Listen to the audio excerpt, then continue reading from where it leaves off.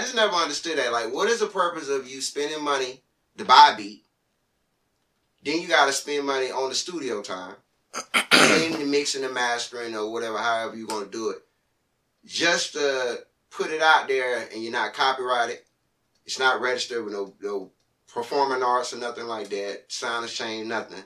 You just got it out there online. Then you spend money on the video for it. Spend even more money. So you done put all this, investment in it, at least about $600-700 in it, just to make none of that back. It's an ego. Right. All of it is just for attention. Right. Most people don't even really know most people don't even sit down and just say, okay, what's the next step for me? You know what I mean? Right. It's almost like you go and you decide, okay, I want to be a rapper. And then you see what other people do, so you emulate what they do. Yeah. You don't even think about, you know what I mean, why you don't even try to understand, okay, why are they doing what they're doing? Why do they put the music out like this? Why do they do the video? What's the purpose of this? You know what I'm saying? Right. So they're not even, a lot of them probably don't even monetize their pages when it comes to YouTube or any of that. It's all for looks. For looks, exactly. It's all ego stroke to be able to just say, I got a video. I just say I got it out there. Yeah. I just get a female or get attention from peers to be like, yo, that sours up a lot of relationship because even in what Marcella just said, that sours up a lot of relationships as far as it kind of spoils new relationships too, on the strength of when guys abuse certain. Cause you might have a producer that got a studio, could record, do the whole nine. They'll abuse it to get women, like you said, to get women, and that'll leave a woman with a bitter taste in the mouth. So they'll come across an artist like you or me or somebody else, and they want to work with them, genuinely want to work with them, and you'll get shunned on the strength of what they've been through. You know what I'm saying? Yeah, I mean, you ever had a situation like that where you had to basically tell them, look, I ain't trying to have sex with you, I'm trying to work. See, for me, one thing I learned a long time ago is when you're dealing with women in business, you cannot. It has to stay business. Exactly. Because if you don't, it's going to fall apart. All the time. It's definitely going to fall apart. All the time. I tell people that all the time. You got to do when you meet that woman on whatever level or wherever y'all at, you got to determine, okay, I think it'd be better for us to just keep this platonic because she's more of an asset to my business. Exactly. Yeah. Because you don't want to have somebody that's real good at a job. Like she might be your accountant. Yeah. She's real good on the paperwork, stuff like that. Everything's flowing good. She keeps all the bookings right. And, you in business. And then y'all wind up messing around. And then now y'all break up. Now you done lost that asset. Valuable asset that you had. Because you couldn't keep your Pt.2 up. Right. Exactly. So, yeah, that's another thing that be hurting a lot of people when it comes to trying to build and stuff, man. Yep. So, far as, doing the music and stuff, like, how do you wind up, doing your collaborations? Like, do they reach out to you, or you might see an artist that might be on the rise, you reach out to them? How they work? Both. Okay. I have some people that just be like, bro, I like what you're doing. I want to work on the record. Cool. And then I have some people, I see what they doing, and I be like, they'll sound dope on this, and we build like that. Right. Because you can't put your name with everybody. No. Yeah. No. Because you got artists be trying to jump on everybody's shit. Yeah, no, it's for a feature. And they not taking it serious. I'm like, it ain't gonna go right. You know what I'm saying? That's like eating vinegar and sugar chips. Yeah. Some nasty shit. Yeah. You know what I'm saying? Yeah. I just want to, can I get an exclusive track? Because I'm trying to do this local artist mix for a radio for Ryan here. You talking to me? Yes. Oh, I mean, there's plenty of music. I mean, hit me. You got music for days. I left the studio today. Anytime I come home, I'm going to the studio. Let me ask you this question. Say a DJ that's coming up and coming DJ, and he want to, link up with you with your music to spin on his sets, like doing his little live mixes, or when he be doing club gigs or house parties or whatever. Do you feel like the big head don't want to deal with him, or No, I deal with everybody.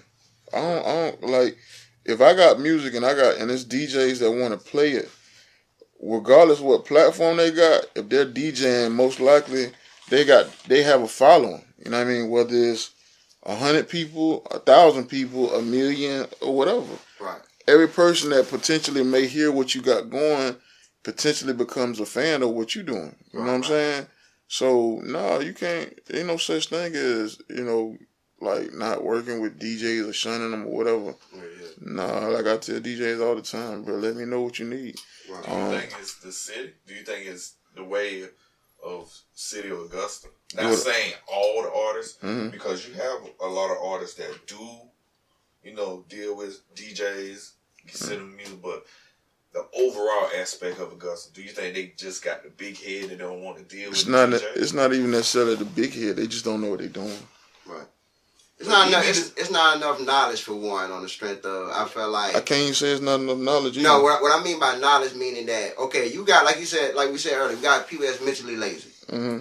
Because you got some people like for instance Jay-Z. Dame was trying to get Jay into the studio for a while, but Jay was always in the streets. And when he finally took that leap, I think he took the leap, right after Biggie died? That's when Jay kind of like... 96 is the year. Reasonable Doubt dropped in 96. 96, right. In June or July. And Pac died in what?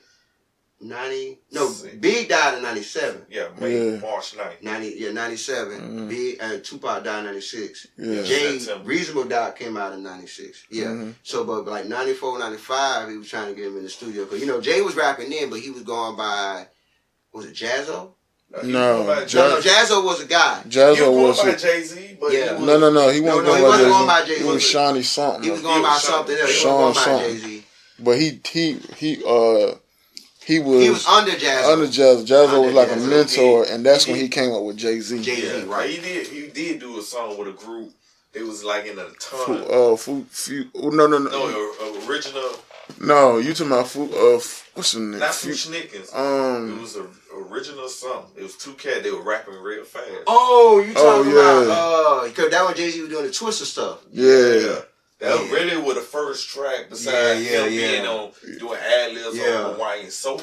Yeah, that's right. Yeah. That's right. He really came out under Big Daddy Kane. A lot of people didn't know Jay-Z really came coming up with everybody came. Everybody came because you got to remember Kane was that dude in Brooklyn. You know what I'm saying? Yeah. So it's like a lot of that. And then you didn't have. That's the other thing about back then. You didn't have as many people doing music like you do now. Because it was like the value of the studio meant more back then. Because you tell somebody I'm going to the studio. Oh man, what studio? Oh shit. Now it's like you tell somebody I'm going to the studio, like, okay. Yeah. Because now everybody go with a computer, you know what I'm saying? Everybody got a studio. I've seen somebody recording on their phone. Yeah, you can do that now. My nephew. Yeah, on their phone. SSG. So it's like, now when you got, like you said, you got all these tools, which is, it's pros and cons, because it gives everybody the opportunity to live out their dream, whether they're good or not. But it also kills the game because it's diluting the people with the real skills. Yeah, because you gotta think it's a lot of good beats going to waste. Good songs going to waste. But you got some people that really be liking certain shit. And it's an audience for every music. It's an audience for everything. People really listen to beats on certain songs, right? Instead of listening to lyrics. Because I'm not gonna say no names. I heard a local artist says he get paid for what he do, but he know he can't rap. He get paid for what he do. He get paid with the streams, but he know he can't rap. Ain't nobody around getting paid. Ain't nobody getting paid for no streams, right? Especially talking like that. You're not getting paid for no streams. You ain't getting paid for no streams talking like that. I don't know nobody out of this city who really getting paid from their stream. Right. Why is that? Because for one, you go ahead. Well, one, most of them ain't even doing their paperwork. That's true. They're not going in and doing the basics of your regular PROs, which is, BMI, ASCAP. They're not doing sound exchange. They're not being registered with Media Base. You included. What? They're doing what they're supposed to do. Oh, yeah. I mean, because I do that. Like, when I release a project, one of the things that I definitely do is I'm going to do a listening session. Yeah. You know what I'm saying? And I like the people that, I apologize, I didn't know DJing, but all the DJs that support me, I invite them out. We have drinks, we have food, You know what I'm saying? Everybody come out, they tell me what they think about the songs, the whole 9 yards, and I've been doing that for the last 4 projects that I released. Right, and you know, I noticed a lot of these artists out here don't even do that. You supposed, but that's because they don't know. It's a lost art. It's an art that's lost. Yeah. It ain't a lost art. It's an art that's lost. Motown was like always going to be the biggest. It's always going to be the biggest one on the strength of that because Barry didn't let nothing leave that studio without his people writers, listening. To the writers, the producers, the musicians, and the other artists sit right there and everybody. Right. Yeah, but they don't. How many accountable don't like the. But they don't, like I said, they don't even know. Like I remember when back in the day when they did listening sessions or whatever, they had strippers and weed and everything else. They might blow $15,000-$20,000 just on that one event, and then they may do Atlanta, Miami, New York, LA, Houston. You know what I'm saying? So it's different.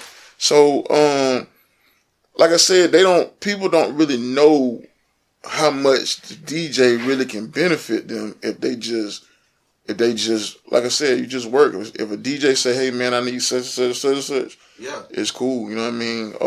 One of my producers is a DJ in Charlotte, and like I built a rapport with him to now it's like, bro, you just tell me what sound you need, and we're gonna make it work, and it's go time. Is the Augusta music scene was Charlotte music scene different than Augusta? Or it's kind of the same? No, it's different. It's different. What's so different about it? Because Charlotte is a melting pot. Yeah. I would say, if I meet 10 people in Charlotte, 6 of them ain't originally from Charlotte. Most of them they from they like me. They're from other places. Yeah. We just moved there, so you got all these different sounds that's coming to this one place. Right. It's beautiful. Yeah, you know what I mean. So you literally you can find a spot or a community for every kind of sound of music you could think of. Yeah, you just gotta find it. It's just they don't. Now the thing about Charlotte versus like Atlanta, it's still building, so they don't have an infrastructure yet. You know what I'm saying? They don't have an infrastructure, which they're developing. It's a lot of things, and they're doing a lot between not just musically, but they're tying in the community with it too as well, with a lot of stuff. So what's Charlotte really known for? Since you've been in Charlotte, since you've been there, like what is Charlotte really known? Atlanta known for media, entertainment. Now it wasn't like that, back then, but it became that. Mm-hmm. But like as of Charlotte as of today, is it more media as far as music, or is it sports, or is it? It's more sports right now. At this point, it's probably more sports than anything. Okay. But they are developing a very, very strong art community, because you have festivals all the time. You have, like I said, you have so many different pockets of music. Now, one of the things that hurt them that I learned by moving there and just talking to people was, it's always been a pretty big city, but the more and more the bigger companies come in, it shut out a lot of things. So you had spots that might be venues for like a poetry night or whatever, but Starbucks then came and bought it and turned it into something else.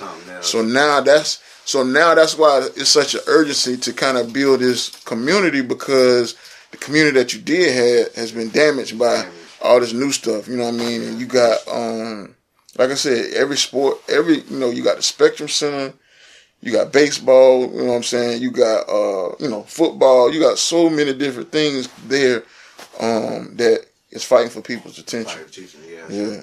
Yeah. So let me ask you this question: with the music scene, since you say you in Charlotte, I'm not saying the baby, Stunning from Vegas and all that. Mm-hmm. Who is the new artist out from Charlotte that's doing it? On your radar. On my radar? Yeah. Hot Boy Shaq. Hot Boy Shaq is bubbling. How old is he?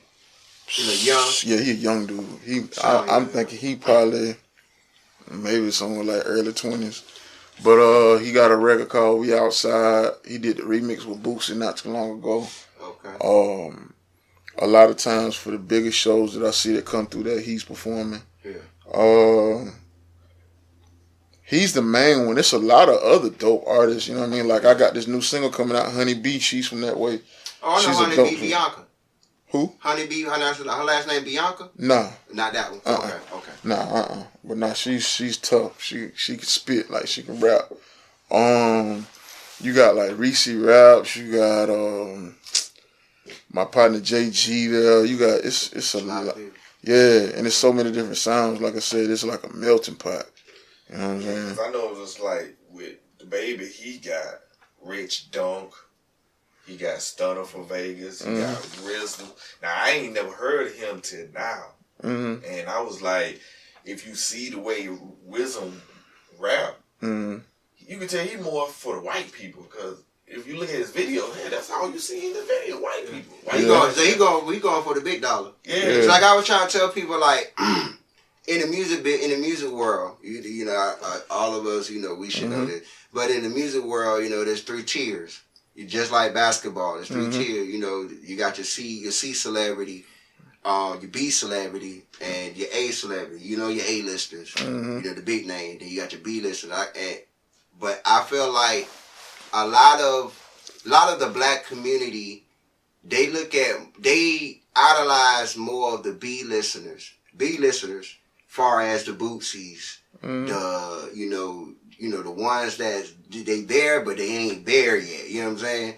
They still on the grind like us. They just got more notoriety. You know what I'm saying? But do you feel like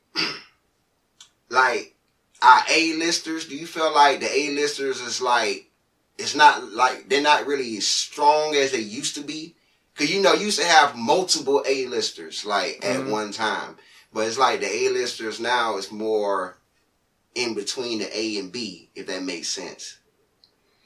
I think what happens now is it's not about the music anymore. Right.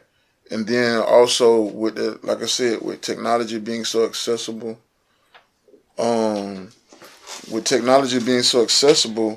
everybody's a celebrity. So therefore, you can be an artist. You can be making music for years. You can have platinum plaques, all these great things. Right. And I can be a new artist that come along and I drop a song, but it's talking about an affair with an IG model who's super popular, and everybody's talking, and then they want to come and see what I got going on. Right. And what happens is I develop this huge presence, even though my music career is nowhere near what you got going. Right. It's just that my presence is so big because I'm the talk of the town right now. And that's what the problem is. Yeah, that's so the lines are blurred now. Yeah, it's a big issue because it's like you said, and I totally agree, 200%. It's like it's not about the talent anymore. No. Talent like I tell people, talent come into play once you already there. Then they compare who can rap better or who. That's when the talent come into play.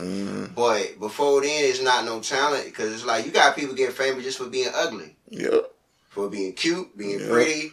A cute girl can get on Instagram and get way more followers than me and you. Yep. Like just for being cute. Yep. And like you said, that is terrible.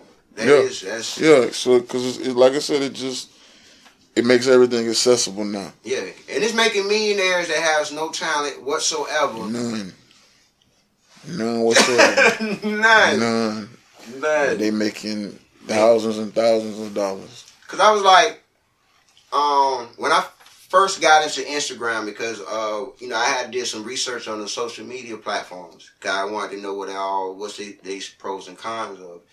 I knew Facebook because back in the day I knew Facebook had been out for a while, so I knew Facebook wasn't intended for promotion and stuff like that. They just started that because they seen the wave that people was using it for. But I was, I ain't never seen the power of Instagram as far as getting the followers up and this and that followers if you want that look right there. But I kind of stopped, like I said, once again going back to what we talked about earlier about the thing. Like the Snapchats and the different things like that. It's just, you have you're like your average Joe, everyday person that can just throw a big party that can just blow up. So it's just like so many elements for people can take off, or even the TikTok thing. Like they're not really doing nothing original. They're just copying. Yeah. Getting successful. Yep. You're absolutely right. Crazy game. It's real crazy. It's definitely crazy. That's crazy, man. That's weird, man. Cause I feel like if people that putting all that time in TikTok acting, if you're doing that, put that in something where you can really make some money off, or try to further your career. Try acting. Try for some roles. Yeah, no, you can. It's just like I said, man. The majority of the people that's doing this stuff right now is all for ego. They're not trying to make no money.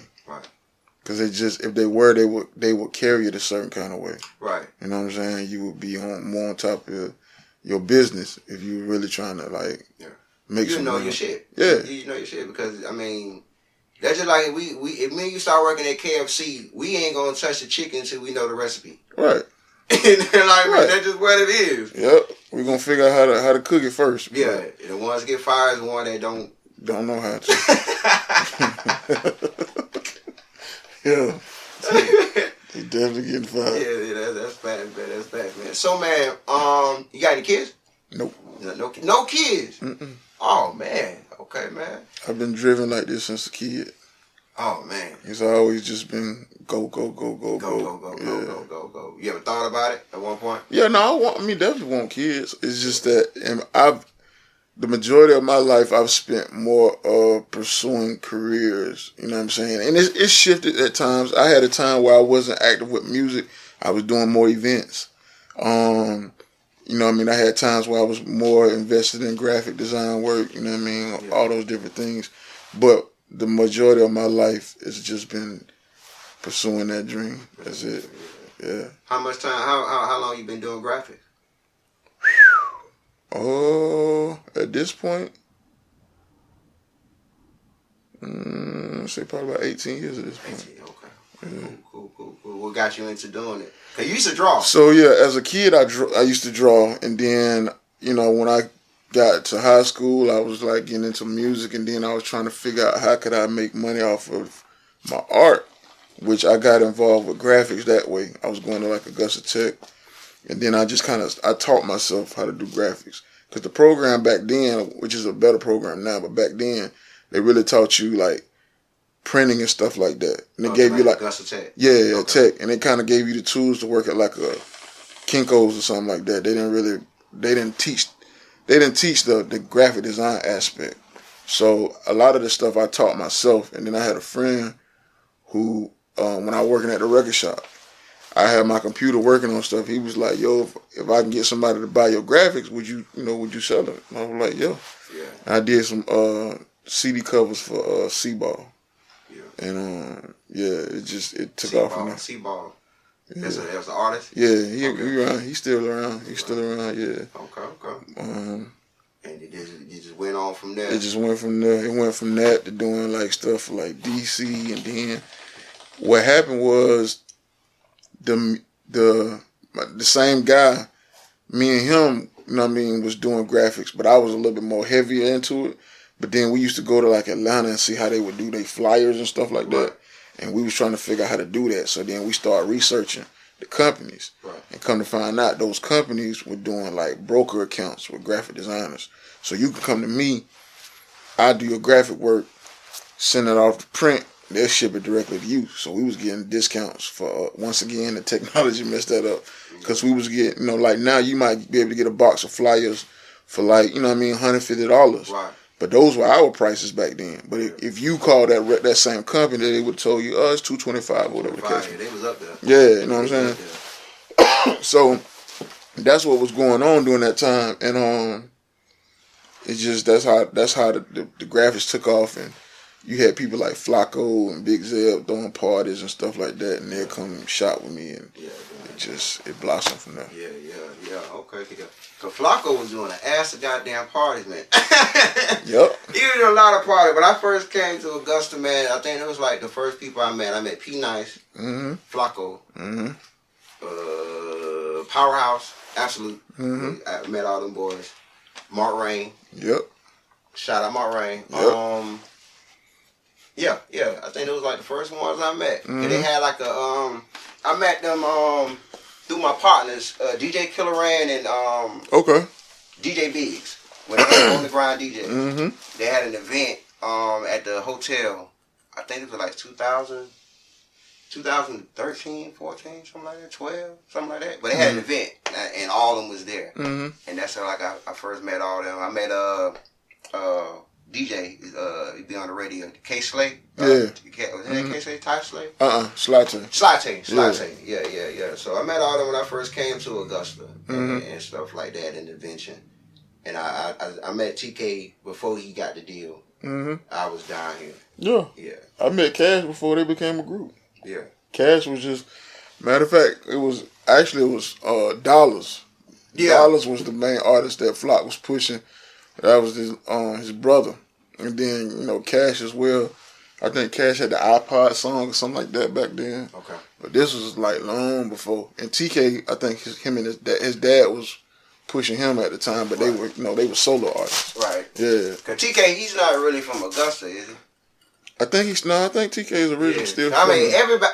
I mean, cause a lot of people, a couple interviews I did, a few people was like, he from Augusta, which I ain't never understood it. They were like, he from Augusta, but he ain't from Augusta. He like from Columbia or something, like somewhere like Evans or some Martinez or some shit like that. But I'm like, ain't that still considered Augusta? That's still Augusta. That's like Atlanta, like, yeah. You might be in Stone Mountain. Yeah, that's still Atlanta. It's still Atlanta. Yeah. Nah, that's wild to me. Yeah. Yeah, man. Yeah, man. So, what's your thoughts on, like, you know, seeing like artists or just people in general like posting, you know, like pictures and videos with guns, drinking, smoking, partying, having a, you know, all that. You know, I understand it's entertainment for the book or entertainment for the, you know, the platforms, but once again we go back to the image. Right. You know what I'm saying? Because I can't be a film director as I am, or a producer, and I want to work with all different races, not just blacks, all different races. I can't act a fool and do certain things online. I'm pretty sure I lose a lot of customers if I'm posting a gun in my picture. What you think about it? Once again, they brought the streets to the internet and messed it up. Cause where I come from, bro, if you was doing that, you was doing that. You didn't need to convince nobody that. You know, you didn't tell people. You didn't tell. Yeah, they just knew. They just, you know what I'm saying. Even if you take it back to like throwing parties before social media became prominent in like club promotion. Okay. You knew who were the people that you wanted at your party because they was gonna bring a certain vibe. You know what I mean? Most of them was from the streets, but at the end of the day, they weren't on social media posting what they were doing. They were doing it in real life, and you knew that. Right. So therefore, you wanted them to be in your party because then people are gonna be coming because so and so is at that party. That's fact. But the problem now is people use social media to convince other people that they are this type person, rather than them just being that person. Being that person. You know what I'm saying? Right. You know what I'm saying? If I tell you, I shoot basketball, you should be able to, you know what I'm saying? If I live in Augusta, you should be able to catch me at somebody's gym shooting basketball. You shouldn't have to go log on to Facebook or log on to Instagram and see me every 5 minutes going live telling you I'm shooting these threes, you know what I'm saying, and doing all that. But they're trying to convince people that they are these individuals. Right. When honestly, down to the root of it, they're really not. They're really not. Because a working man ain't going to have time to do all that. No. You're not. No, I mean you're a man of many hats. Because when you got even your bigger artists, for the most part, they don't even run their own social media because they got so much going on. Somebody else doing it. But no, it's just they're trying to convince people that they're this person, and it's the same thing. When I say that about the streets, it's the same thing. Because now it's like when something happens, people instantly take their phone out and start videoing it. You know what I'm saying? It's like whether it can be the most horrendous situation. Right. Somebody can be dying, getting killed, or whatever the case may be. Yeah. And they'll take their phone out because they want people to see, oh, I was there, I saw it. Yeah. Look at my page, this, that, and the third. That's like that King Von situation. Right. Like, you know what I'm saying? Like, we watched the whole death right there on and it's like before you could, matter of fact, what was the joint? Was it Faces of Death? The joint back in the day? Faces of Death. Yeah, that's what made that situation. Yeah, because you weren't supposed, it wasn't cool to be able to put that type of violence in front of people's faces. Right. Now it's the norm. Right. Now it's all over social media, it's all over TV, everywhere now. Right. And that's the problem we got. Right. Like I said, people want people to see them, you know what I'm saying, and they want them to view them a certain kind of way. Right. So they create these looks. Right. When honestly they're really not that type of person. Yeah. Which makes it sad because those elements is what our youth follow. Right. You know what I'm saying? So that feeds in their heads because, I mean, you would think the pants sagging be, it'll go away. It would have went away. I don't think that's ever going No, away. I mean, certain things ain't going to go away. I mean, it's just like banning nigga. You know what I'm saying? It's just like banning that. Yeah, it's like banning that word. It's not gonna go away, man. Because you're gonna have people that take it as a term of endearment, and you're gonna have people who use it for the other reasons, and that's just what it is. It's just certain stuff. Human nature just ain't gonna let it go away. Right. It's just what it is. And then the word became so commercialized. Right. Then the word nigga, and then the crazy thing about it that I some people don't some black people don't even like to hear that word. Right. But I felt like it was a word that was given to us. And, you know what I'm saying? It's just that you got to understand it's different for other people, for certain people. Right. It's different when you have a person who experienced the dark side firsthand of that word. Right. They didn't come up with it being endearing. They came up with that being a tool to demean you.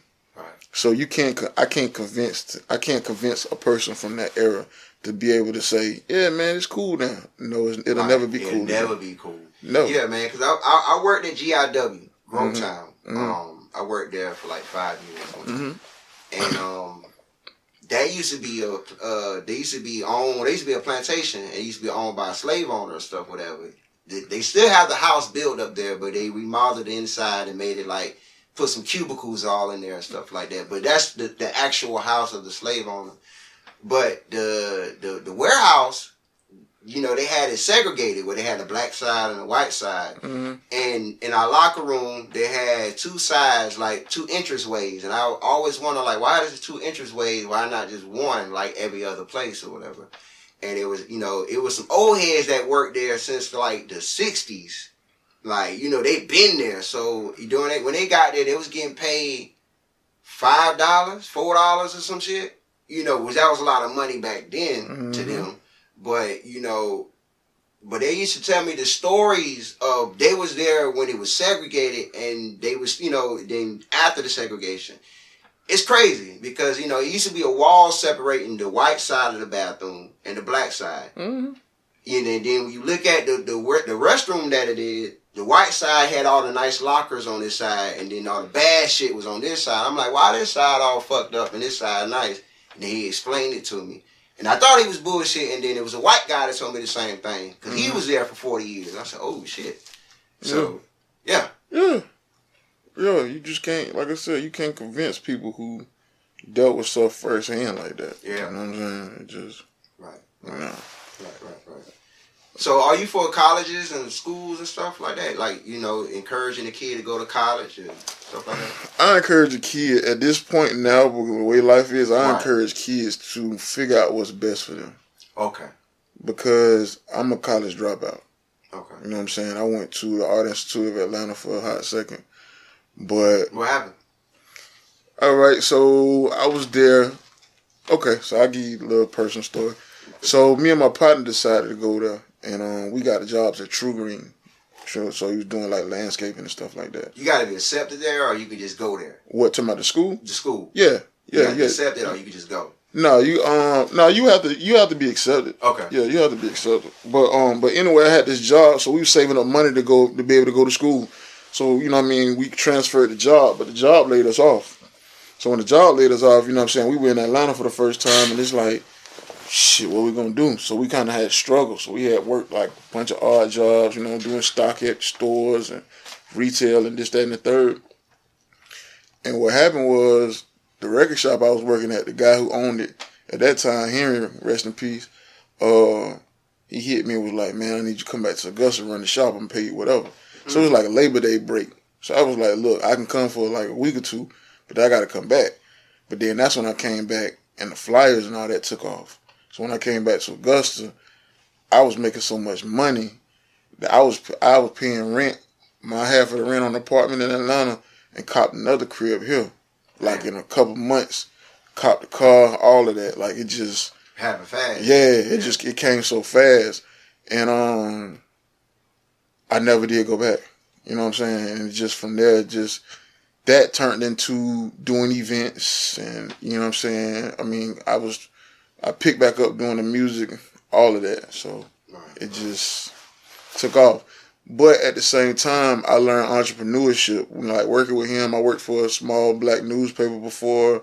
I done worked with a lot of different black entrepreneurs, and it taught me certain things. You know what I'm saying? It taught me stuff that they ain't gonna teach you in school or whatever the case may be.